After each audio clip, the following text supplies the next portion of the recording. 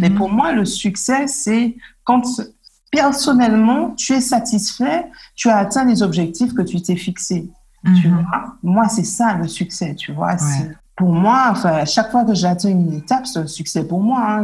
Ouais. Je le fête, je le Voilà, fête. Je me exactement. fais un petit plaisir. J'ouvre une bouteille de vin. Bon, je suis pas Bienvenue dans Succès Made in Femme, le podcast où vous découvrirez des femmes talentueuses, leurs techniques et leurs stratégies de succès. Si vous êtes prête à apprendre leurs secrets vers le succès, prenez un stylo, votre bloc-notes, mettez-vous à l'aise et écoutez Succès Made in Femme. Je suis Claudia Ravo. Nous pouvons commencer. En tant que femme, notre image est cruciale. Nous voulons toutes avoir ou porter le vêtement. Que dis-je? The vêtement, le truc qui sera unique, chic, glamour.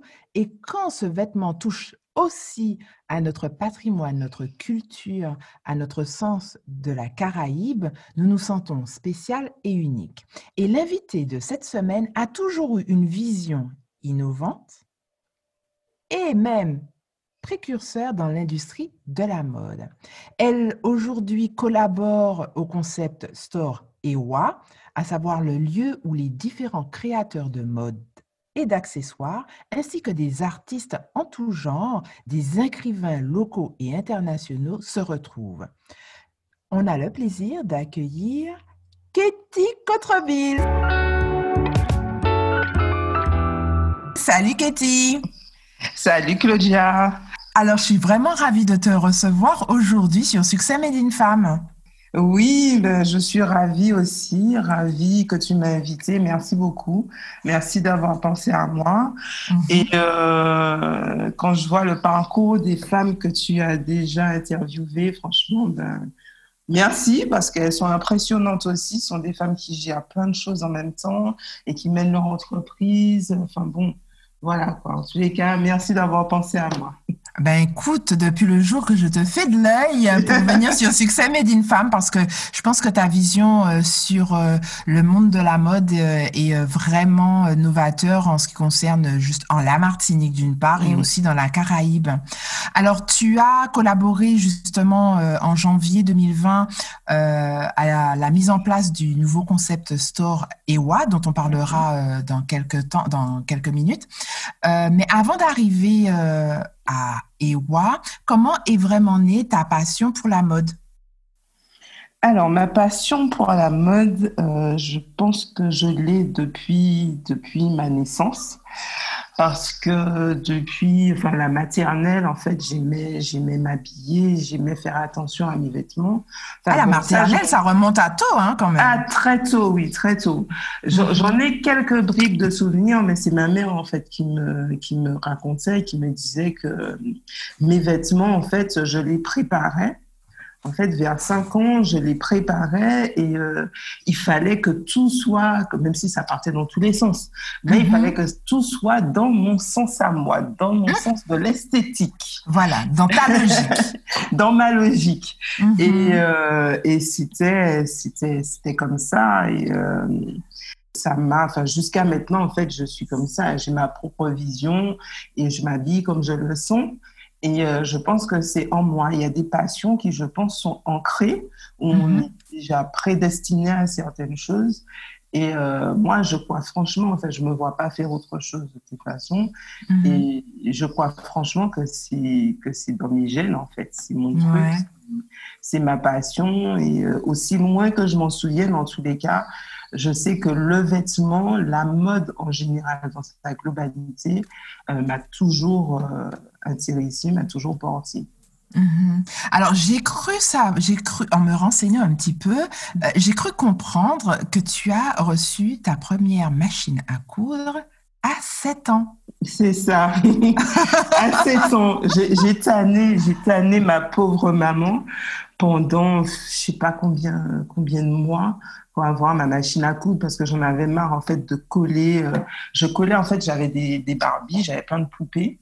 J'avais même des poupées, à l'époque, il y avait des grandes poupées, là. Ah oui, qui sont presque taille humaine pour les enfants. Exactement, Ouais. exactement. Et donc, je leur faisais des vêtements. Donc, je coupais des toiles. On avait à l'époque ce qu'on appelait les rats de cabane, tu sais, les vêtements. Ouais.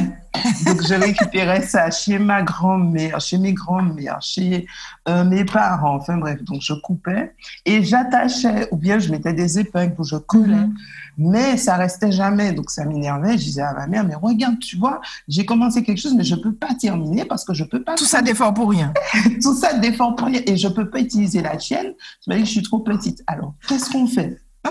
Qu'est-ce qu'on fait? Maman trouve une solution. Trouver une solution. Elle m'a dit, écoute, on verra à Noël. Si tout se passe bien, je t'achète ta machine à Noël. Donc, j'attendais à Noël, mais mon Dieu. Noël 87, please. Et enfin, je l'ai eu. Et à l'époque, on habitait avec ma grand-mère paternelle et elle cousait tout le temps. Donc déjà, tu vois, j'étais baignée dans ça depuis... C'était une affaire de famille. Ah, c'était une affaire de famille. Et elle, en fait, c'était une femme très coquette. Et elle faisait son vêtement chaque semaine pour aller à la messe le dimanche. Et elle faisait la robe avec le petit bandeau qui allait avec, enfin, la totale. Donc, je regardais ça et je disais, mais et si moi, je pouvais faire ça chaque semaine, je fais mon vêtement. Je n'ai même pas besoin de demander à papa et maman d'acheter et tout. Je peux gérer ça toute seule, être indépendante. Non, mais j'ai ma machine. C'est et du coup, en fait, donc en décembre, j'ai eu ma machine à coudre. Je me souviens de cette grosse boîte jaune dans laquelle il y avait même le Stockman. C'était un mini Stockman, mannequin que je pouvais habiller et tout ça. Et wow, là, c'était le début d'une grande histoire d'amour. J'avais même donné un nom à la machine. Alors, c'est pour te dire, elle s'appelait Copiette. Copiette la machine. Coquillette, elle a fait des miracles. Hein.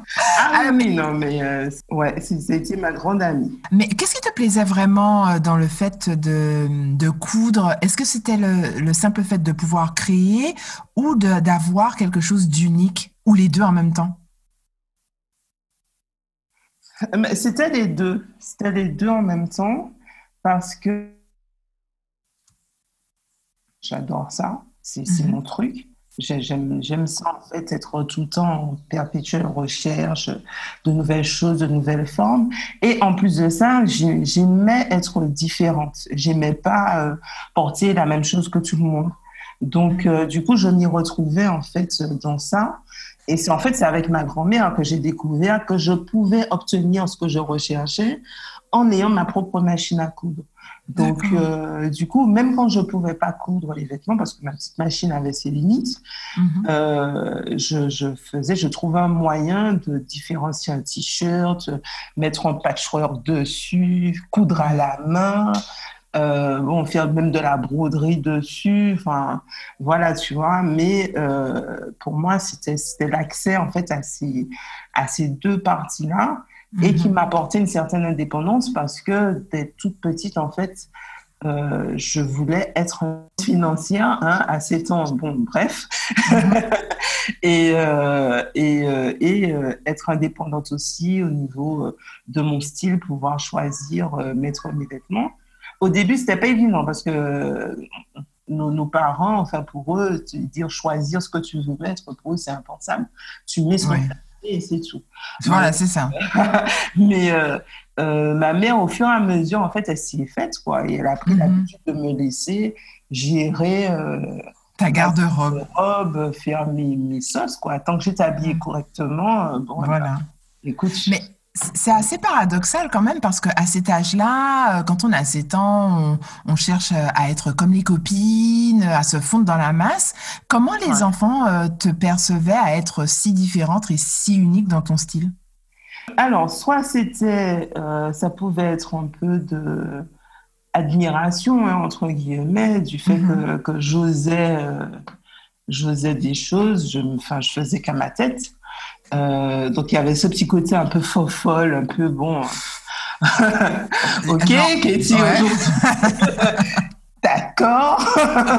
Bon. bon, ben écoute. Bon, écoute.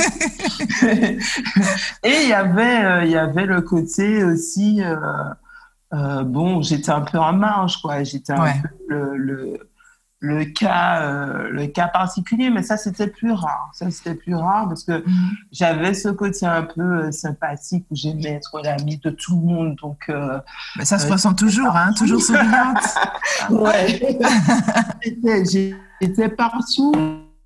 J'étais sur tous les coups. Dès qu'il y avait un jeu, j'étais là. Je voulais être dans la partie. Donc, bon, la fofolle, elle est là, mais bon, elle est là, quoi. Donc, voilà. On peut rien faire. Et voilà, je pense qu'après, c'est tellement rentré dans les habitudes que... Et tu sais, j'avais complètement oublié ça. C'est des amis qui, dernièrement, m'envoyaient des messages en me disant « Ah, c'est génial ce que tu fais. Tu as vraiment fait ce que tu voulais. » Enfin, depuis primaire, collège, tu étais déjà dans ton monde. Hein. Ouais. Et je ne m'en rendais pas compte. C'est vraiment maintenant, quand j'ai le retour d'amis d'enfance, que je me rends vraiment compte que j'étais dans mon monde. Mais pour moi, à l'époque, c'était totalement normal, tu vois. J'étais normale. Oui, tout à fait. En fait, pour... Mais alors, ça reste une passion qui t'habite, tu la vis quotidiennement en tant qu'enfant. Mais à quel moment tu te dis, je veux en faire mon métier, c'est la mode et rien d'autre? Alors, déjà depuis, je pense depuis 9 ans, hein, 9 ans. 9 ans. Parce qu'on avait fait une sorte d'atelier au CE2. Où on demandait ce qu'on voulait faire plus tard, etc. Et moi, j'avais dit à ma maîtresse, bon, moi, je veux travailler dans la mode. Je veux pas être mannequin.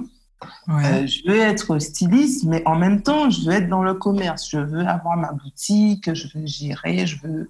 Bon, voilà, quoi. Non, mais attends, 9 ans, t'es en Martinique. Je veux être styliste. Ah oui, je voulais. Et j'avais une vision très rétro, en fait. Et c'est bizarre parce que...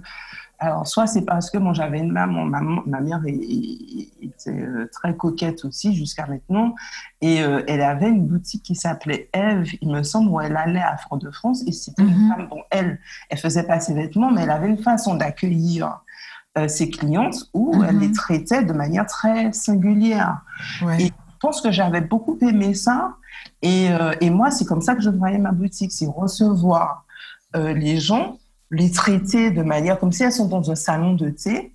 Elles essaient leurs vêtements et je leur dis, bon, ça, on va reprendre une mesure. Enfin, moi, je voyais ça un peu comme ça, comme une espèce de boudoir. Voilà, c'est le mot que je cherchais, boudoir. C'est ça.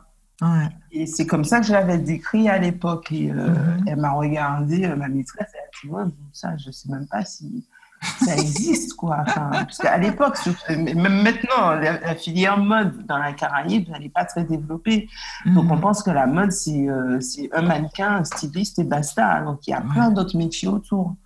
Et pour moi, enfin, comme je commençais déjà à décortiquer un peu le métier, quand je lui avais dit ça, elle m'a dit, ouais, bon, je ne sais pas si tu peux. C'est même pas un métier d'avenir, ça. Donc, bon, tu auras le temps de changer d'avis. Exact, voilà. C'est ça. Tu vas changer d'avis, c'était ça l'objectif. C'est ça. Et comment que je suis encore petite, bon, ça évolue.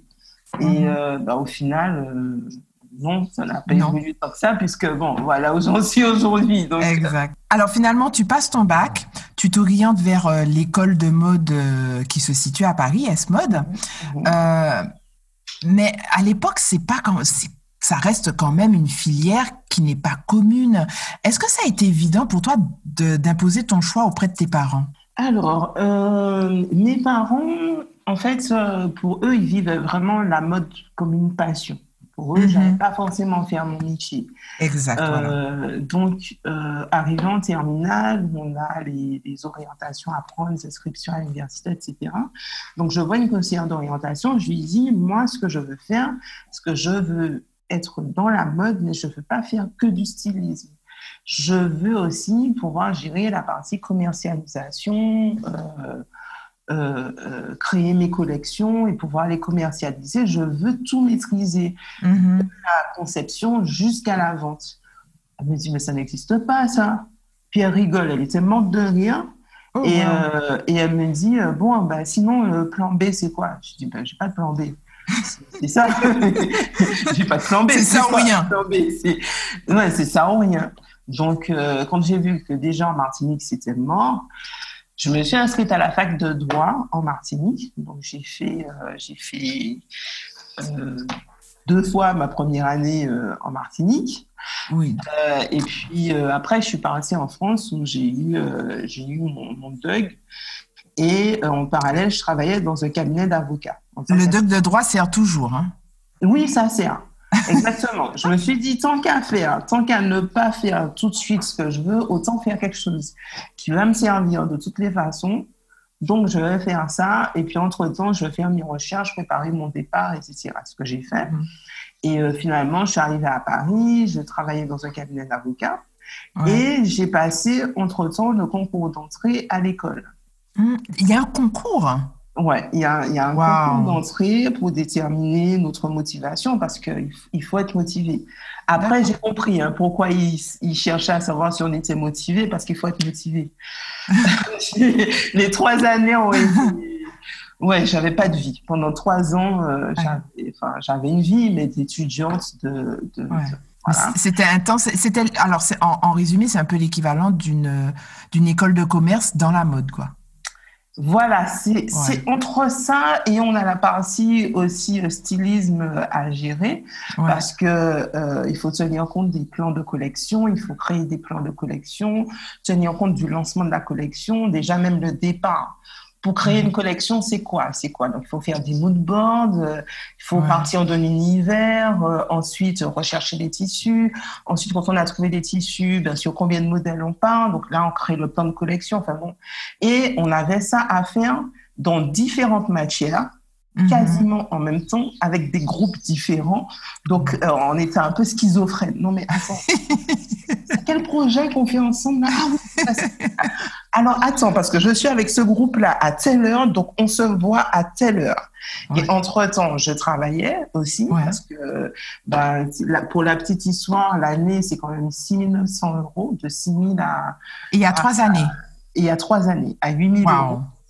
Et convaincre mes parents de réinvestir dans mon éducation, c'était un challenge parce que pour eux, j'allais faire du droit et c'est tout. Et basculer vers la mode, il a fallu les convaincre, leur dire non, mais je n'ai pas d'argent de côté. En plus de ça, j'avais fait tout un plan d'investissement sur l'année. Donc voilà. Donc, la vie convaincue. Ouais, j'étais déterminée. Donc j'ai dit, bon, il faut que j'ai préparé mon plan avant même de leur dire que ça y est, j'ai été reçue. Donc j'ai préparé mon plan et tout. Et je leur ai dit, bon voilà, alors est-ce que vous pouvez m'aider ou pas? Ils m'ont dit, bon, de toutes les façons, vu comment tu es têtu, autant t'aider. En plus, tu es déterminée, on va t'aider. Par contre, faut pas qu'à péter puis ma fille, parce que il y aura pas de 4e année. 3 ans, c'est 3 ans. Voilà. Donc, c'est ce que j'ai fait. Pendant ces 3 ans-là, j'ai avancé. Et voilà. Et la dernière année, pour rendre les choses encore plus easy, en milieu de ma dernière année, j'étais enceinte de ma fille. Waouh, le challenge, quoi. Là, c'était le super challenge. Et j'étais en Italie. Oh, wow! Et je préparais mon mémoire. Et voilà, donc, je n'aimais pas. Visiblement, j'aime pas la facilité, moi.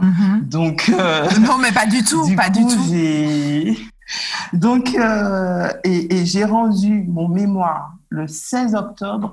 J'ai accouché de ma fille le 17 octobre. Waouh, magnifique! Et après, on dit que les femmes, les femmes, elles peuvent tout gérer, quoi. Ah, mais c'est clair, mais c'était un challenge. À chaque fois, je lui parlais, je disais, bon, écoute, maman n'a pas encore rendu son mémoire, c'est presque fini. Maman a rendu son mémoire, tu fais ce que tu veux. Tu fais ce que tu veux. Et je te dis, le matin où j'allais déposer le mémoire, je sentais déjà des contractions. Tu as dit, c'est pas fini, tiens bien. Tiens encore, j'ai pas relié les documents. J'ai pas relié, donc attends. 2 secondes. 2 secondes. Et je te dis, le matin où je partais, il y a ma mère qui était là. Et mon compagnon, qui est mon mari aujourd'hui, qui me dit, mais ça va? Je dis, oui, ça va. Oui, je gère. Je gère. Tout le monde me dit, on t'accompagne. Moi, quand je s'énerve, non, mais c'est bon, je suis pas un bébé, machin, non, je suis pas handicapée, et tout, tu parles. Je suis juste enceinte, hein? Exactement. Et je suis partie dans le métro. Je me souviens que dans le métro, je suis là, mon Dieu, non, je veux pas perdre des os. C'est bon, machin, j'ai des contractions. J'arrive tout sourire. Il y a tous mes amis qui sont là, Katie, machin, t'es trop jolie et tout. Ça va. Oui, ça va. Bon, on aura le temps de parler. Je vais relier mon document, je le dépose, après on parle. Comme on dit chez nous, si autres te savent. Exactement. Je te dis, mais tout était au millimètre près. Je l'ai rendu, je rentre à la maison. Le soir, je suis à la maternité. Waouh, voilà. Wow, magnifique. Mais alors, c'est rempli d'expériences professionnelles, mais je pense que tu as eu aussi l'opportunité d'avoir des expériences humaines. Quelles sont les expériences qui ont été les plus significatives pour toi? Quelles sont ces rencontres qui ont eu un impact important dans ta vision de la mode? Alors, ça a été mon premier contact, c'était mon premier stage et mon premier travail aussi. Je travaillais pour une créatrice qui s'appelle Karine Arabian. Elle faisait des chaussures très rétro, ça allait des années 30 jusqu'aux années 60. Donc, un petit peu le côté boudoir que tu aimes? Exactement, tout à fait, c'était carrément ça. Et c'était quelqu'un qui avait beaucoup d'exigences, qui construisait ses collections. Je la voyais construire ses collections. Je voyais les mood boards, je voyais les tableaux avec les différents tissus, quand elle les préparait, etc. Donc, les collections de chaussures se préparent comme une collection de vêtements. Ah, mais bien sûr, parce que tout est lié, même sur les défilés. La chaussure est regardée autant que le sac, autant que la broche, autant que le sautoir, parce que c'est comme ça en fait que les rédactrices et maintenant les blogueuses peuvent dire l'accessoire de cet été, ça va être ça. C'est comme Jacques Enus avec le tout petit sac là, qui a défilé pendant les défilés. Maintenant on a ça partout et c'est dans la fast fashion, on trouve ce petit sac là. C'est-à-dire que il y a toujours l'accessoire phare, la chaussure phare. Et donc, forcément, il faut que ça suive les saisons. Il ne faut absolument pas que ça soit en décalage. Même une écharpe, c'est le moindre petit détail. Dès que ça habille, dès que ça va sur le corps, c'est important. Donc, tu as l'expérience avec ton premier stage? Oui, avec mon premier stage, avec le premier pied, en fait, vraiment dans le milieu professionnel. Où, je me rends compte que c'est très exigeant, que c'est très challenging. Chaque saison, c'est un nouveau. C'est comme si tu recommençais, en fait. Chaque fois, tu vois, tu fais un nouveau pari. Et j'ai aimé ça. J'ai trouvé... Ça m'a fait un peu peur aussi parce que je me suis dit, oh là là, waouh. Ça veut dire que c'est en mode stress every time, every day. C'est comme ça. C'est en mode stress. Mais en même temps, c'est tellement gratifiant aussi quand tu as le retour des gens qui aiment ce que tu fais et qui s'y retrouvent. Donc, ça a été ça. Le premier, waouh, ok, je suis plongée dedans. C'est là que j'ai connu les ventes presse, les ventes privées, etc. Donc, pour moi, ça a été le premier rapport. Ensuite, c'est quand je suis partie en Italie, où là, je travaillais pour un site de vente en ligne qui s'appelle Yux. Et aujourd'hui, ça s'appelle Yux Net-à-Porter. C'est un grand site. D'accord. Donc là, j'étais visual merchandiser. Donc, ça veut dire que je mettais en avant, en fait, les produits sur le site pour donner envie aux gens d'acheter. Et donc là, c'était encore une autre approche. Et ça a commencé comme une start-up. Et à l'époque où j'y étais, il y avait... à peu près 100 personnes qui travaillaient. Aujourd'hui, c'est encore beaucoup plus. Et ça fourmillait d'idées. En fait, là, c'était encore... Je suis passée d'une petite entreprise à une grande start-up où ça fourmillait d'idées, ça allait très, très vite. Et il fallait tout de suite s'adapter. Et ça, j'avais l'impression d'être dans une fourmilière. Et ça aussi, j'ai aimé. Tu vois, j'ai aimé ce côté de l'instantané, où il fallait avoir les idées là tout de suite, sinon si tu n'as pas tout de suite, on passe à quelqu'un d'autre, on passe à autre chose et c'est fini. Et voilà, donc c'était encore une autre façon, une autre facette du métier, où après j'ai travaillé pour la même entreprise en tant qu'attachée de presse junior. D'accord. Là, pareil, tu vois, c'est la rédaction communiqué de presse en français, en anglais et en italien. Et là, c'était comment vendre le produit, comment donner envie voilà, d'aller sur le site et d'acheter le produit. Donc, c'était encore... Là, c'est la partie que j'aimais aussi parce que je suis une littéraire, j'aime lire, j'aime écrire. Et là, c'était une façon, en fait, un peu presque poétique, en fait, de donner envie aux gens, de raconter une histoire aux gens pour que quand ils achètent le vêtement, ils aient le sentiment aussi de porter une histoire, de s'identifier à une histoire en portant ce vêtement, en fait. Et de contribuer aussi. Exactement, et de contribuer, en fait, à la continuité, en fait, de cette histoire, à la continuité de la marque, etc.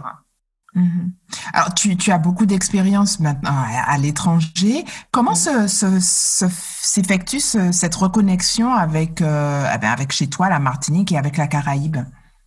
Alors, la reconnexion, elle s'est faite en 2008. En fait, j'ai découvert vraiment la mode caribéenne à travers un créateur qui s'appelle Paul-Hervé Elisabeth.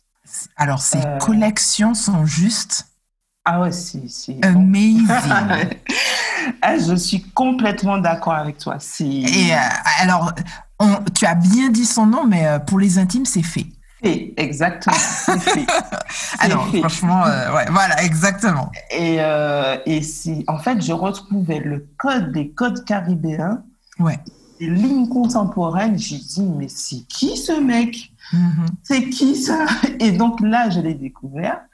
Et j'ai vu que c'était un Martiniquais. Plus. Avec des touches, maintenant il a évolué avec des touches de tissu africain. Africain, oui, parce qu'il vit au Bénin. Donc, en fait, là maintenant, tu as carrément l'influence de l'Afrique avec la Caraïbe. C'est juste magnifique. Donc, voilà. No words, tu vois. Exact. Bon, ça, c'est bon. Quand tu as du talent, tu as du talent. Hein, et puis voilà, moi, mon seul regret, c'est que je trouve qu'il n'est pas assez reconnu en Martinique.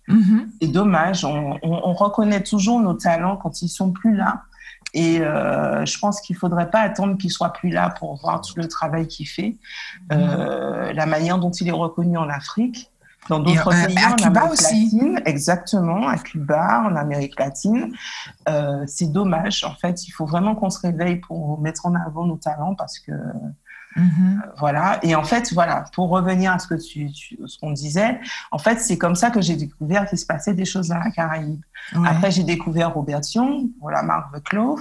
Après, j'ai découvert Mailing. Après, j'ai découvert Claudia Pegus. Après, j'ai découvert... Bon, j'ai dit non, mais voilà. Il se passe des choses. Il y a un vivier. Il y a un vivier. J'ai accumulé pas mal d'expériences. Là, j'ai envie de mettre tout ça un peu au service de ma région, de la région Caraïbe. J'ai envie de suer pour les miens. Donc, comment je fais, comment je rentre? Et avec mon mari, en fait, on s'est dit, bon, là, c'est le moment. Lui aussi, il en avait marre, il avait envie de rentrer. Donc, on s'est dit, bon, allez, on se dit 2012, on rentre. Donc, on a tout fait, en fait, pour rentrer en 2012. Donc, en 2012, on remet les pieds définitivement sur notre île avec ma fille. Et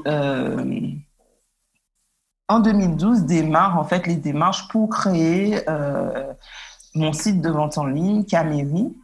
Donc, ça m'a mis 2 ans. C'était un vrai parcours du combattant parce qu'un site de vente en ligne, en plus de mode, c'était 2 trucs, mais complètement nouveaux là, sur l'île. Donc, il fallait convaincre, faire connaître un peu la filière, partager ma passion. Ben, heureusement, quand même, je suis quand même tombée sur des gens qui étaient passionnés aussi, quoi, de voir un peu ce que ça allait donner, c'était quoi, c'était nouveau, et qui m'ont suivi, en fait, dans l'aventure, et que je remercie, hein, même si, bon, effectivement, Caméry, je l'ai fermé en 2018. D'accord. Mais c'est une expérience qui m'aide encore aujourd'hui, puisque aujourd'hui, maintenant, je fais du consulting pour des marques de mode caribéennes, pour des créateurs caribéens. D'accord. Donc aujourd'hui, maintenant, même avec mon expertise, fait que je peux aider contribuer exactement, contribuer au développement du secteur dans la Caraïbe et même à l'export aussi. c'est mieux génial. les préparer en fait Ouais. à être prêts à être exportés, puisque j'ai été de l'autre côté aussi Voilà, tu as et je pu connais partager les les deux exigences plateformes. des Ouais. acheteurs. Voilà, donc du coup, tu vois, je peux aider à ce niveau-là. Donc pour moi, ça reste heureusement que j'ai fait Camiri, parce que sinon, j'aurais pas pu aujourd'hui, même au niveau des rois aussi, j'aurais pas pu avoir cette Cette vision. maturité qui fait qu'aujourd'hui, je peux dire, bon, ben ça, on va éviter. Ça, il Ouais. vaut mieux ça, oui, ça. Donc voilà. Alors, justement, dans cette perspective, avec Camiri, maintenant, enfin, voilà, tu en tires tous les enseignements. Quels sont les a priori, ou as-tu eu des a priori en tant que femme? Parce que, bon, la mode est toujours considérée, je dirais, malheureusement, dans la Caraïbe, comme étant juste un hobby. Quels sont les a priori et les idées reçues auxquelles tu as fait face lorsque tu as voulu commencer Camiri, en tant que femme et en tant qu'entrepreneur, hein? Alors déjà, en tant que femme, c'était particulier, parce que en premier, avant que je n'ouvre la bouche, pour les gens, c'était bon, elle s'est réveillée un matin, elle a eu envie de faire de la mode.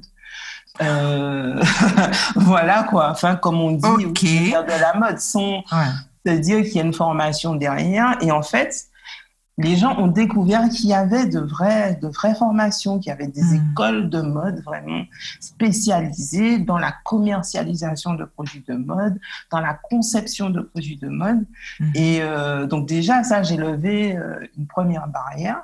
Parce que, et après, on me disait, il y a une filière mode, mais il y a une filière mode en Martinique, ah bon? Et c'est quoi? Et déjà, est-ce qu'il y a une filière mode en général? Tu vois, c'était ça. Donc, du coup, j'avais un petit tableau où je définissais. Alors, dans la filière mode, il y a bien sûr le photographe. Tu avais préparé ton storyboard? Oui, j'avais préparé. J'avais préparé. Donc, je tournais mon ordinateur, j'avais mon PowerPoint et je disais, bon, alors, dans la filière mode, il y a bien sûr le photographe, les mannequins, les stylistes, mais il y a aussi le chef de produit, l'acheteur. Il y a plein de métiers. Plein de métiers dans ce secteur. Donc, tu avais aussi, et je pense que tu as toujours un aspect éducatif dans la filière. Oui, c'est ça, en fait, éducatif. Je ne sais pas si c'est le mot, enfin, mais en tous les cas, il y a une très grande méconnaissance du secteur, malheureusement, en Martinique, alors que c'est un secteur qui est porteur. Où c'est là où il y a le plus gros chiffre d'affaires après voyage, il me semble, les voyages et enfin voilà. Et le secteur la filière mode, c'est un gros secteur et malheureusement on le néglige en Martinique. Et en Afrique, il commence à se réveiller, mais dans la Caraïbe, c'est un peu négligé. Donc forcément, moi j'arrivais en fait sur des choses où les gens avaient déjà des prérequis où ils se disaient ça vaut pas le coup. Et c'est encore le cas, puisque les artisans, les créateurs de mode ici se battent à chaque fois pour obtenir une subvention, pour obtenir une aide, pour obtenir... Enfin, voilà, donc il y a tout un apprentissage à faire, et du côté politique, et même au sein même de la population. Et je pense que ça passe par créer des formations complètes en Martinique, pour que justement, en fait, plus c'est popularisé, plus c'est connu, plus ça va rentrer en fait dans les mentalités et se dire ok, il y a une filière, c'est un métier d'avenir. C'est vrai que à chaque fois j'essaie d'abattre un peu des barrières, mais c'est pas gagné. À moi toute seule, c'est pas possible. C'est ça. Mais alors, aujourd'hui, tu collabores justement avec l'équipe EWA Concept Store. Ça a été mis en place en janvier 2020. Est-ce que tu peux nous en dire un peu plus sur ce nouveau concept? Alors, ça a démarré, en fait, on s'est connus avec Véronique par hasard, par des amis qu'on avait en commun. Et Véronique, c'est la créatrice? Voilà, c'est la fondatrice, Véronique Africa. Et donc, elle m'a dit, en fait, on était en train de prendre un verre entre filles, et puis elle me dit, ah, mais tu es du secteur de la mode, là, je veux ouvrir un concept store. Est-ce que tu peux, là j'aurais besoin d'avoir le retour d'un professionnel, est-ce que tu peux m'aider là-dessus et tout? Et donc c'est comme ça que ça a démarré en avril 2019. Et donc j'étais là en fait en tant que consultante extérieure. Et donc, au fur et à mesure, en fait, il y a des liens qui se sont créés. Et puis, au final, en fait, depuis, en fait, maintenant, je fais partie des murs, je fais partie de l'équipe. Et à la base, en fait, ça a commencé comme ça. Et en janvier, la boutique a été lancée. Oui, justement, comment vous avez fait face à la partie confinement, puisque vous étiez en plein lancement? Tout à fait. Est-ce que ça vous a freiné ou est-ce que vous avez pu trouver justement de nouvelles opportunités grâce au confinement? Ah, mais pour nous, c'était un boost. Hein. C'était un boost parce que génial. On a plutôt pris, en fait, on s'est dit, bon, comme on était parti déjà, là, ça faisait juste 1 mois et demi qu'on était ouvert. On s'est dit, bon, OK, ça fait 1 mois et demi, on commençait à peine à voir notre clientèle. Là, il ne faut pas qu'on dorme. Donc, qu'est-ce qu'on fait? Normalement, on avait prévu de lancer le site l'année prochaine, en 2021. On s'est dit, bon, ben, visiblement, on aura 2 mois à tuer, donc on va faire le site. Voilà, on autant fait le faire. Le site. En même temps, on avait les créateurs qui étaient en fait confinés et donc qui eux-mêmes essayaient de s'en sortir, ce qui fait qu'on n'avait pas de retour sur quand est-ce qu'on allait recevoir de nouvelles collections, etc. On s'est dit, de ce côté-là, il faut qu'on soit autonome. Donc, on a créé une collection par nous-mêmes. On a créé une collection et qu'on a produite et qu'on va recevoir là dans 1 semaine et demie à peu près. Elle sera en boutique. D'accord. Donc, on a vraiment mis en fait ce temps à profit pour faire en fait ce qu'on avait reporté à des dates ultérieures. On a fait là. D'accord. Et revoir aussi notre mode de fonctionnement. Alors, qu'est-ce que tu retiens de cette crise? Alors, on peut voir que tu mets à profit ton expérience Caméry pour les autres professionnels du secteur. Donc, ça, c'est une super opportunité. Et comment tu arrives à rebondir? Et comment vous arrivez à rebondir par rapport à la crise sanitaire et EWA? Depuis juin, parce qu'on a rouvert mi-mai, mais c'est vraiment depuis juin qu'on a des clientes qui reviennent. Donc, on a régulièrement, en fait, déjà, comme on est dans une vision de concept store, donc c'est pas que du vêtement, on a de tout, comme tu l'as dit au début, c'est de la lecture, c'est de la beauté, etc. Donc, déjà, par exemple, le 21 juin, on a fait un concert live. Ah oui, c'est vrai, c'était sur Instagram. Ouais. Exactement. Et c'était avec 2 super artistes, Malaika Pénon et Asna Zoulou. On a fait un concert de 45 minutes. Donc, on avait vraiment envie déjà de partager ça, de mettre en avant des artistes du pays qui rentraient aussi dans notre façon de voir la musique.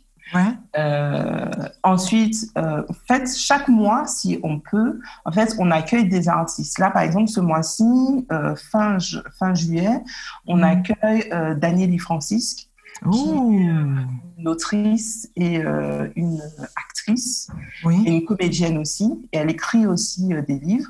Et là, en fait, elle va présenter, elle va faire une lecture. C'est en exclusivité. Donc là, ça sera la première fois tout court, qu'elle fera une lecture de son livre Cyclone, qui est sorti au mois de juin. Mais qui n'est pas encore distribué en Martinique. Donc, les gens qui viendront, en fait, auront la possibilité d'acheter son livre qui est signé. Et en plus de ça, d'échanger avec elle parce qu'elle va faire une lecture de certaines parties du livre. Et donc, il va échanger avec elle sur quelles ont été ses aspirations, pourquoi ça, qu'est-ce que ça veut dire ça quand elle dit ça. Donc, être dans un réel échange avec l'artiste. Et nous, c'est tout ce qu'on aime, en fait. Et, là, c'est vraiment parce qu'avec le concept store, on voulait vraiment être dans un partage artistique, donc la beauté intérieure, la beauté extérieure. Et avec Danieli, en fait, on sera encore dans ça parce que c'est une belle artiste qui a plein de choses à partager. Et on est super contente, en fait, de la voir là bientôt et de partager encore cette autre facette-là, en fait, de EWA avec ceux qui nous suivent. Voilà, donc tu vois, en fait, c'est notre façon de... Voilà, c'est ce qu'on voulait faire depuis le départ. Mais après le confinement, en fait, on s'est dit qu'on avait vraiment envie d'être dans des choses qui nous ressemble tout de suite. On n'attend pas. Voilà. On va poser notre couleur. C'est comme ça qu'on voit les choses. C'est ce qu'on a envie de partager avec les gens. C'est de l'art, c'est de la musique. Ça peut être de tout en fait. Et on est vraiment parti dans ça. On va s'y tenir jusqu'à quand ça nous porte. On le fera et on voit aussi que les gens ils adhèrent en fait, ils aiment, c'est nouveau pour eux aussi parce que c'est une nouvelle façon de découvrir une boutique et nous on aime ça parce que ça crée un lien aussi avec les gens autre que à travers le vêtement. Et c'est notre nouvelle façon, en fait, tu vois, de rebondir après le confinement. C'est d'être en lien avec les gens, avec leurs besoins, leurs demandes. Et c'est pas que contribuer au bien-être avec un beau vêtement, c'est contribuer au bien-être à travers l'art. Tout court. Oui, à travers l'art et l'impact, puisque de toute façon, l'art se manifeste sous différentes formes.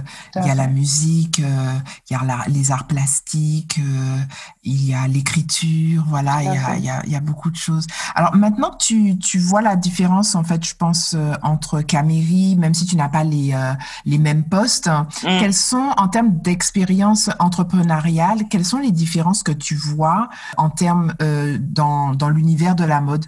Alors déjà, être plusieurs, c'est salvateur. Ouais. Tu as connu la solitude de l'entrepreneur. Ah oui, c'est clair. Avec Caméry, j'étais seule. J'avais des grands moments de solitude et même j'étais... à un certain moment, j'étais surbookée, enfin, ça faisait beaucoup à gérer pour une personne. Et là, déjà, partager avec quelqu'un d'autre, déjà, ça permet d'avoir une vision beaucoup plus large parce qu'on partage quelque chose, on se partage des tâches, on partage plein de choses, donc on partage des points de vue aussi. Donc déjà, ça permet de voir les choses de manière beaucoup plus ouverte et d'avoir accès encore à d'autres parties. Donc, tu vois, avec Caméry, j'étais que sur la mode, alors que j'avais envie de m'ouvrir à autre chose. Et tu te disais plus tard, parce que pour le moment, tu te concentres sur ça. Voilà, exactement. Ouais. C'est ça. Et là, avec Ewa, la différence, c'est que, tu vois, on a pu le mettre en place assez rapidement. Donc déjà, et ça me permet aussi de découvrir encore un autre aspect qui est la production, parce que sous Caméry, je produisais pas. Je revendais des pièces. Mais le désir était là, je me souviens qu'on en avait discuté et que voilà, c'était, enfin, au bout, la finalité, c'était quand même ce que tu souhaitais le plus. Tout à fait, mais je n'avais pas le temps. J'avais pas ce temps-là et c'était vraiment frustrant pour moi. Et là, tu vois, ça, c'est une partie que je peux... enfin réaliser, tu vois. Enfin réaliser. Et là, c'est ce qu'on fait avec Véronique, tu vois. Et donc là, tu vois, c'est un épanouissement, en fait, pour moi, parce que là, je touche vraiment à toutes les facettes, en fait, du métier, de ma formation, qui est d'être là de la conception à la distribution. D'accord. Et là, je m'épanouis vraiment. Là, je m'amuse. Même si c'est beaucoup de boulot, tu vois, c'est énormément de boulot. Plaisir est revenu. Ouais, le plaisir est revenu. C'est exactement ça. C'est exactement ça parce qu'en 2019, j'étais vraiment dans la partie plus théorique, dans l'accompagnement où moi, je me disais, je ne sais pas si tu te souviens, on en avait même parlé, où j'étais encore dans cette phase où il y a des choses en cours, mais ce n'est pas encore défini. Ça, oui, voilà. Tu vois et là, et même, en fait, c'est Véronique aussi qui m'a donné un petit coup de pied aux fesses en me disant, non, mais attends, tu sais le faire, donc on le fait, quoi. Et puis, voilà. Arrête d'hésiter, de machin. On le fait.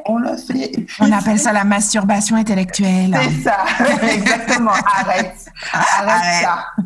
Voilà. Allez, on agit, on se met là et on fait du concret. On passe à l'acte, exactement, on fait du concret. Et donc c'est de là que la concrétisation s'est mise en place. Mais c'est vrai que là, je m'amuse. C'est vraiment, tu vois, je prends un réel plaisir à tout ce que je fais.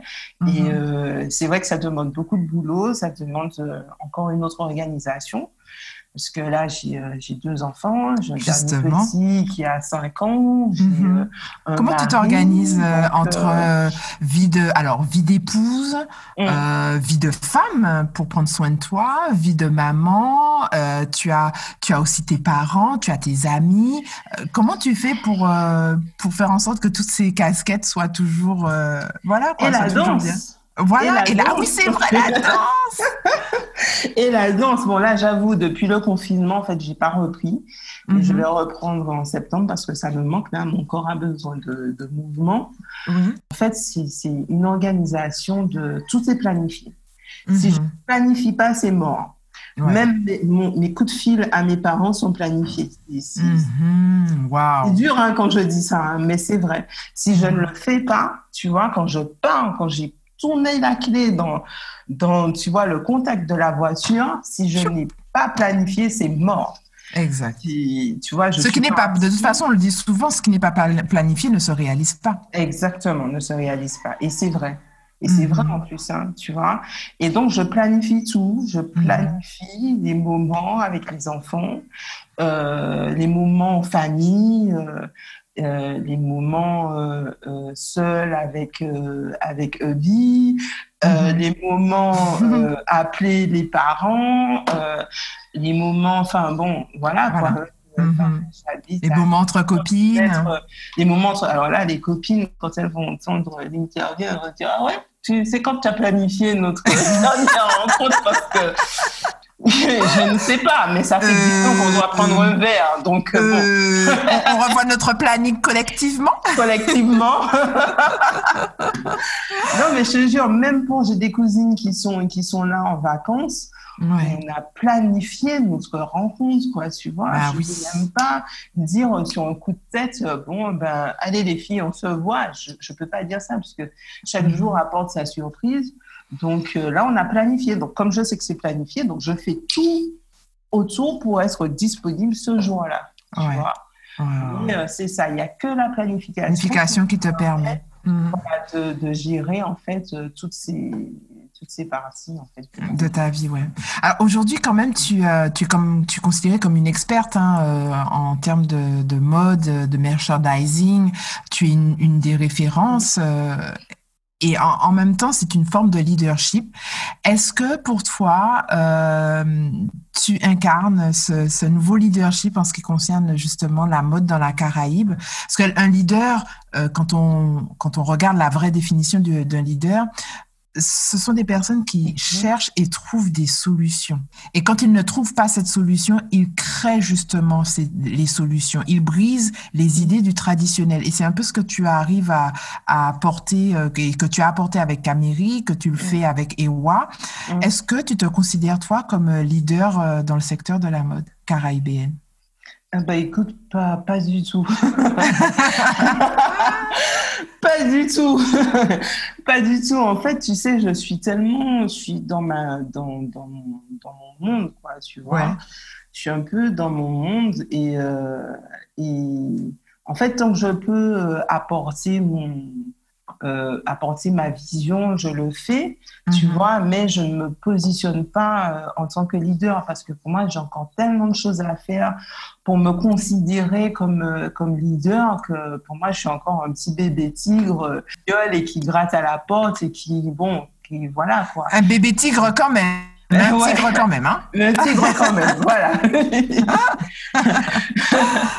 Et tu vois, en fait, moi, je vais me considérer comme leader quand j'aurai vu que la région Caraïbe a sa place dans le secteur de la mode. D'accord. Et que j'aurais aidé à ça, tu vois. Mais pour l'instant, c'est pas le cas. Pour l'instant, c'est encore inconnu. Tu as un créateur par-ci, par-là, originaire de la Caraïbe qui fait parler de lui. Mais pour le moment, on n'en est pas encore à là. Donc, pour l'instant, et c'est mon objectif, c'est que vraiment, que d'une manière ou d'une autre, que je fasse un bruit pas possible et qu'on se dise, bon, il se passe quelque chose dans la région Caraïbe, on va aller voir. Tu vois, et que ça puisse aider, que j'apporte ma pierre à l'édifice d'une certaine manière ou d'une autre. En tous les cas, que j'apporte ma pierre à la région et qu'enfin on sorte de l'anonymat. Et, c'est vrai que pour moi, pour l'instant, non, on me considérait comme leader, c'est encore prématuré. Oui, mais alors, est-ce que quand même le fait d'avoir côtoyé des cultures différentes dans la Caraïbe, l'Italie, est-ce que ça a modifié ta vision du leadership et du succès? Ah oui, bien sûr. Bien sûr, parce que j'ai vu, pour moi, le succès, c'est pas forcément, ouais, c'est bon, enfin, c'est pas la vision générale qu'on a pour tout le monde. Le succès, c'est que bon, tout le monde parle de toi,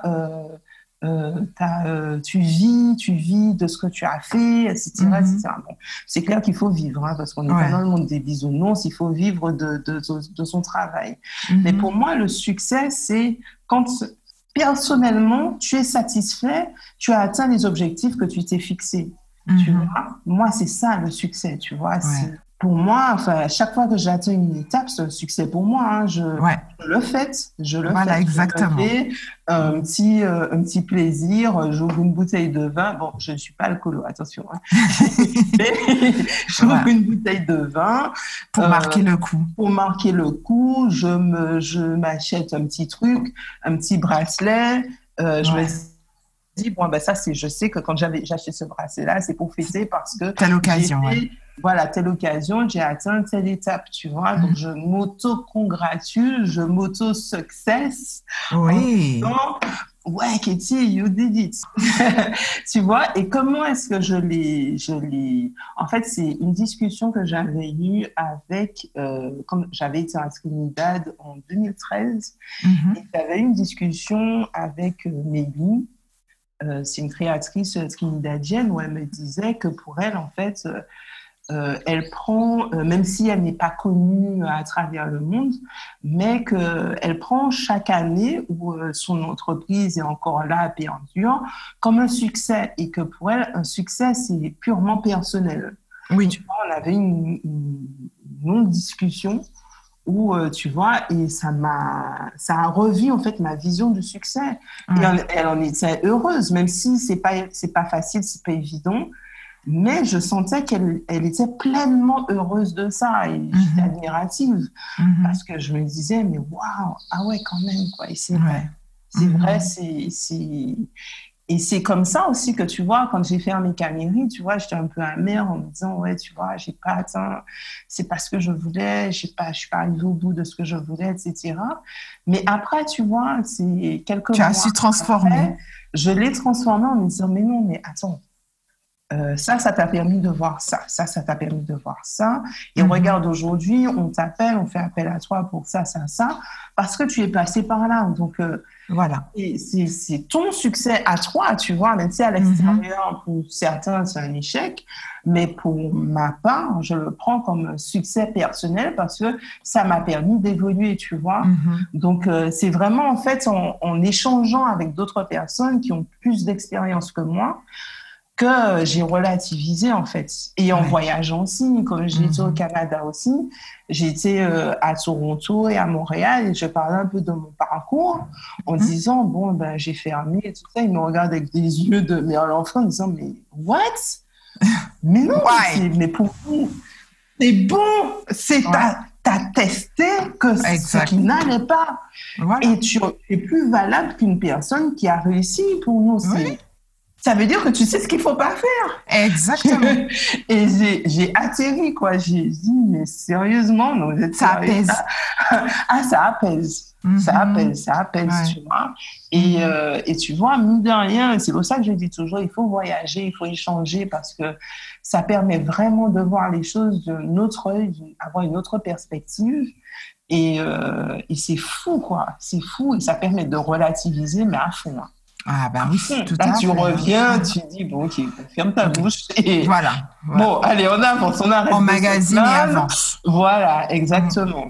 Alors, tu nous as parlé de tes habitudes lorsque, en fait, tu t'organisais, tout était programmé. Et comment tu démarres tes journées? À quoi ressemble une journée avec Katie? Qu'est-ce que tu fais les 60 premières minutes de ta journée? Alors, les 60 premières minutes, debout, je suis debout avant tout le monde. Ah, En général, une heure minimum avant tout le monde. Je me réveille à 5h30. c'est ton temps à toi. Ouais, c'est mon moment à moi c'est mon moment à moi et j'ai besoin de ce moment-là. Si je ne Ouais. l'ai pas dans la journée, les choses ne vont pas comme je veux, tu vois. Donc, j'ai Ouais. ce moment-là où je me réveille, je m'assois sur mon petit fauteuil gris, au calme, je profite du silence. Ouais. Quand je le fais pas tout le temps, mais je fais une petite séance de respiration, d'étirement, un petit peu de yoga. Ouais. J'ouvre la porte, d'ancrage. Et tu vois, comme j'habite à la campagne, donc je profite un peu du bruit des oiseaux, les feuilles, je respire un peu l'air frais. Ouais. Là, je prends un bon bol d'air. Je retourne à la cuisine, je prépare mon petit déjeuner. Très souvent, c'est café au lait, fruits. Quand je peux, je prépare mon smoothie, etc. Et je prends le temps vraiment de prendre mon petit déjeuner. Parce que j'ai pas d'interpellation. Maman, le chocolat, c'est pas assez chocolat. Oui, mais qu'est-ce qu'il y a ce matin? J'ai pas envie de boire du lait. Il y a rien. Donc, il y a plein de choses dans le réfrigérateur. Il y a rien. Donc, avant d'entendre tout ça, ou bien mon mari, bon, tu fais quoi aujourd'hui? On fait quoi? Machin, ce soir? Nanana. Bon, avant que tout ça n'arrive, voilà. J'ai mon moment, j'organise ma journée. En fait, je planifie ma journée et ça me prend 3 quarts d'heure. Et un quart d'heure avant que tout le monde ne se réveille, j'envoie tous les mails que j'ai envoyés, etc. Et après, je m'occupe de la petite famille. Quand ils doivent partir à l'école, c'est préparer les affaires, etc. Tout le monde part, je dépose mon fils et après, je démarre ma journée de boulot. Donc, avant de déposer les enfants, j'ai déjà fait une première journée, en fait. Ouais, exactement. Mais où tu prends soin de toi. Voilà, exactement. C'est important. J'ai appris, en fait, à prendre soin de moi. Parce que avec Caméry, tu vois, je m'oubliais. Je me suis oubliée et ça a eu des répercussions. C'est dramatique. Sur la qualité du travail qu'on produit, sur en fait. la qualité du travail, même sur les relations professionnelles et relations personnelles aussi. Même à la maison, j'étais toujours tendue et tout. Et je me rendais compte qu'en fait, je ne prenais pas de temps pour moi. Donc, j'ai décidé de ne plus m'oublier, de prendre ce temps pour moi. Et de temps en temps, en fait, en sortant du travail, je vais marcher sur la plage. Avant de rentrer, ou bien je prends mon maillot et je vais prendre un petit bain de mer de rentrer à la maison. Et affronter le reste de la journée. Exactement. Quand tu rentres, tu as le travail. La dernière mi-temps. Voilà, la dernière mi-temps. Exactement. Et encore, en plus, quand tout le monde est couché, je reprends encore une partie où je me dis, bon, là, je prépare demain ou je finis ce que je n'ai pas pu faire. Je finis pour être tranquille et passer à autre chose demain. Ouais.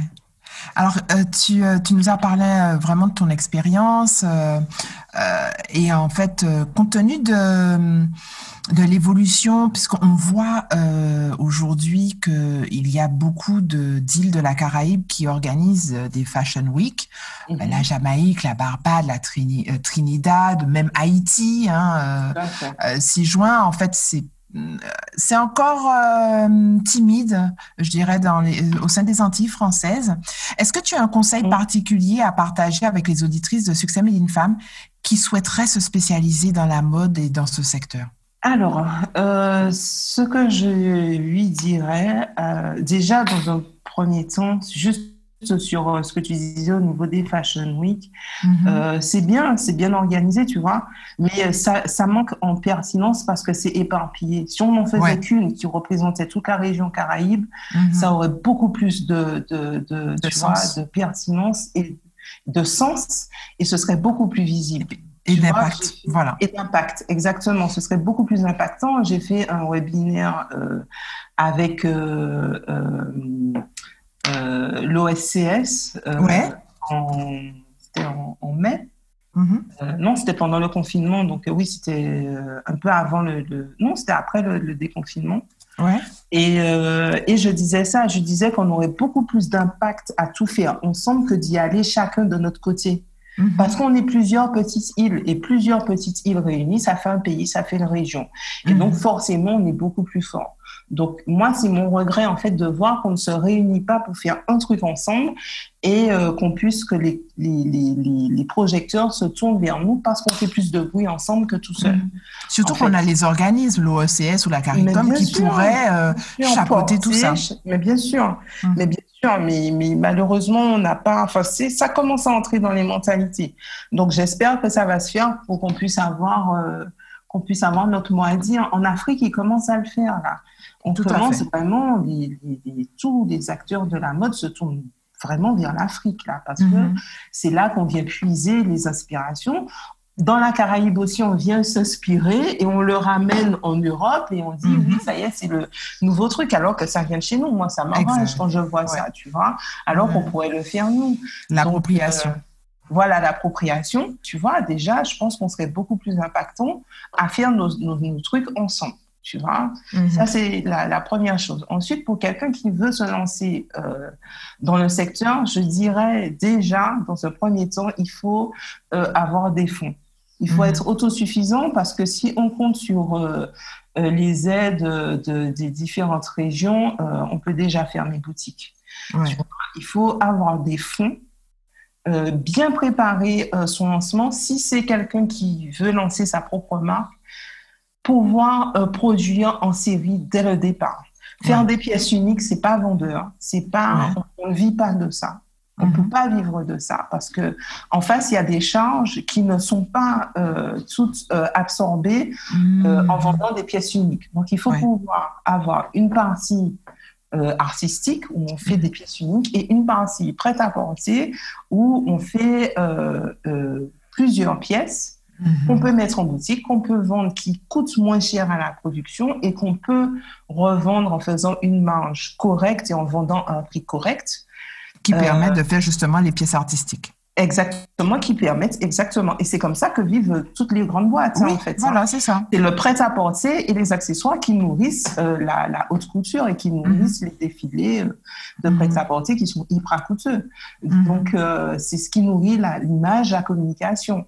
Donc, il faut commencer par ça, à penser, en fait, sa marque comme un business et pas comme un bébé, pas comme un objet d'art. Non, parce qu'il faut sortir du monde des bisounours. L'esprit économique de la mode, c'est ce qui nous manque encore. C'est ce qui nous manque véritablement. Et la plupart des créateurs ont cette vision-là, en fait, de oui, c'est mon art, etc. Mais est-ce que tu vis de ton art? Non. Donc, il faut faire de façon à vivre de ça. Donc, l'importance d'être dans une équipe, parce que c'est ça.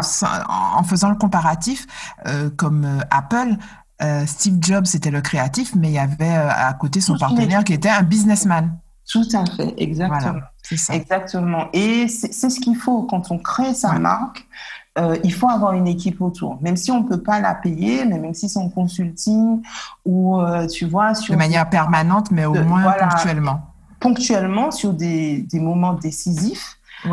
Se faire accompagner ou se faire aider d'une personne qui a la vision business pour pouvoir lancer comme il faut sa marque. Tu vois, avoir l'autre vision, parce que la vision mode, c'est génial, mais il faut la vision business pour pouvoir en vivre et continuer à perpétuer cette vision mode, parce qu'il faut les deux. Impeccable. Ben, écoute, nous arrivons déjà à la fin de notre entretien.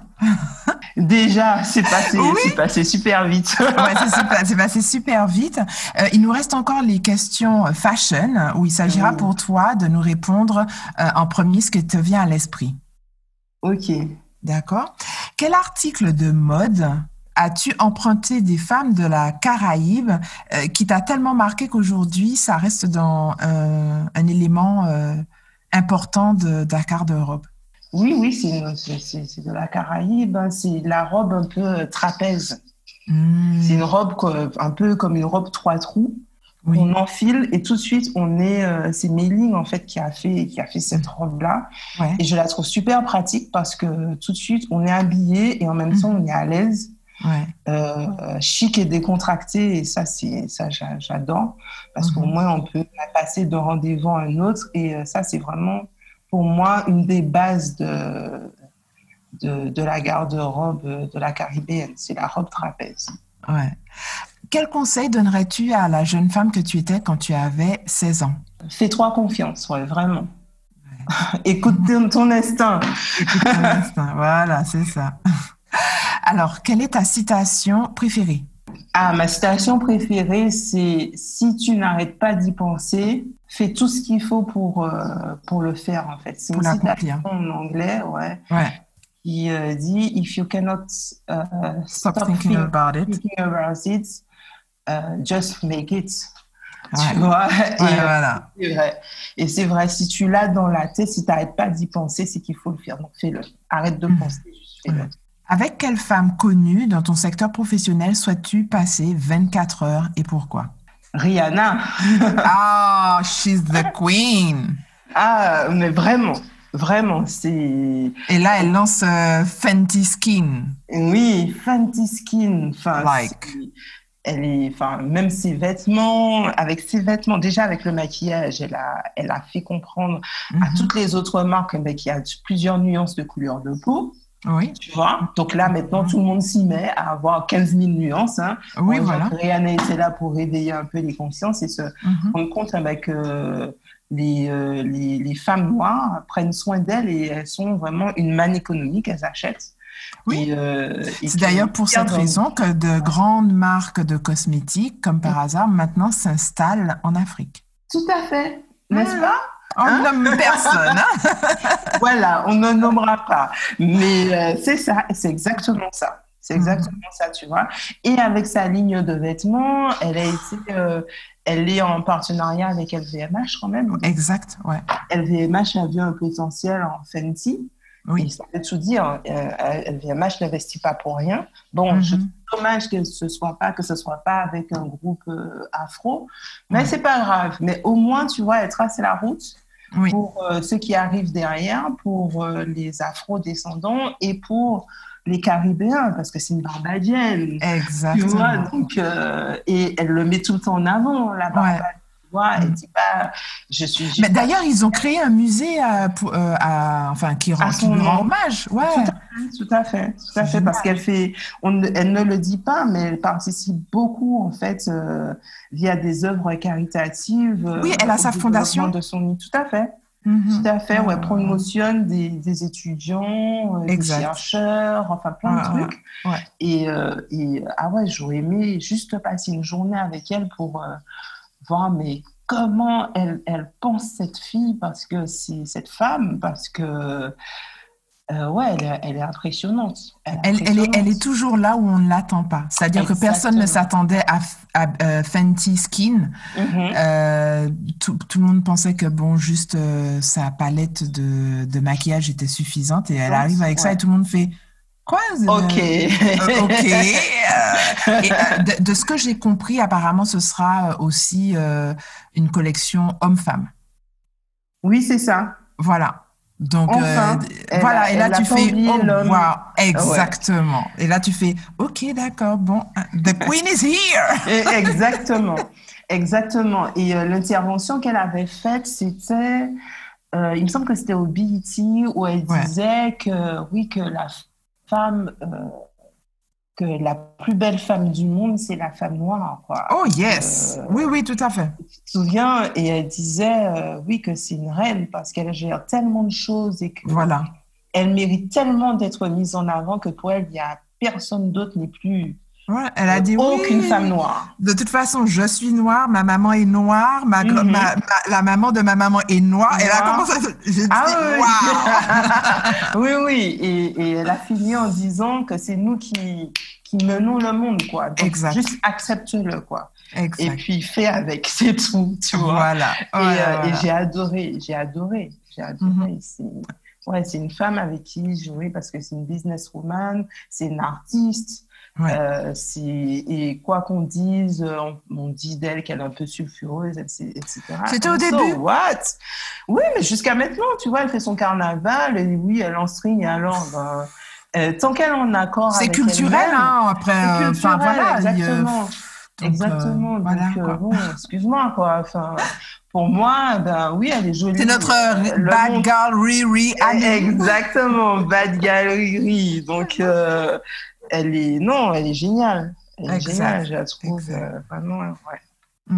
Eh ben, je te remercie beaucoup, Katie, pour ce moment que tu as passé avec nous pour nous expliquer ta vision sur la mode, les enseignements que tu en as tirés et surtout comment tu contribues encore aujourd'hui à des concept stores qui marquent la vision que nous avons tant d'un point de vue fashion que la mode et tout ce qu'il y a d'artistique autour de la Caraïbe. Comment les auditrices de Succès Made in Femme peuvent rester en contact avec toi? Alors, via les réseaux sociaux déjà, oui. J'ai ma page Instagram qui s'appelle Ticket de Lu, TKEYDELU, ouais. Et ma page Facebook aussi. Et par mail aussi. J'ai mon adresse perso si elles veulent échanger avec moi. C'est katie.cottrebille@gmail.com. Où elles peuvent échanger avec moi également. Donc, vous m'envoyez un PV sur Instagram. Je suis toujours ravie d'échanger avec d'autres personnes qui soit se lancent dans l'entrepreneuriat, ont besoin d'un petit boost, juste d'échanger, d'un petit boost ou juste d'échanger. Hein. Ça fait toujours du bien d'avoir le retour de quelqu'un. Moi, ça m'a manqué. Et quand j'en ai eu, j'ai trouvé ça tellement aidant que maintenant, enfin, quand on me demande à l'aide, même si je réponds pas tout de suite, c'est que vraiment je suis full, mais je prends toujours le temps de répondre